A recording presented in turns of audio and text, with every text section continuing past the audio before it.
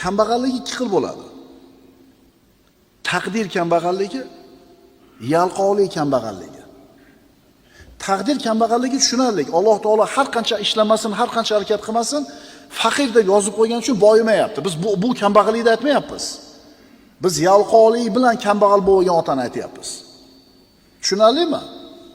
Xo'p, pul topmayapti, katta pul topmayapti ota. Lekin taqvoli, shaxsiyati kuchli, siyosatini mahkam ushlagan odam bo'ladigan bo'lsa, pul topmasa ham bolalar quloq soladi. Chunki bunaqa ota Allohni tanitsa bolalariga, Allohni tanigan bolalar otasini puli bor yo'qligiga qaramaydi.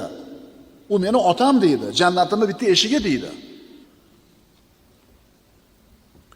Tirikchilik bilan shug'ullanmasdan doim masjidda o'tiradigan bir odam. Payg'ambarimiz sollallohu alayhi vasallamga haligi yigitga seni kim boqadi deb so'radilar. Haligi yigit akam dedi. Deganida ahuka a'badu minka. Akang sendan ko'ra ibodatliroq ekan dedilar. Tushunarlimi?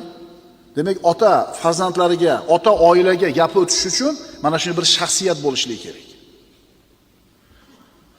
Muhaymin rahbar bo'lgan kishi qo'l ostidagilar bilan qilayotgan muomalasida shafqatli, mehrli bo'lishligi kerak.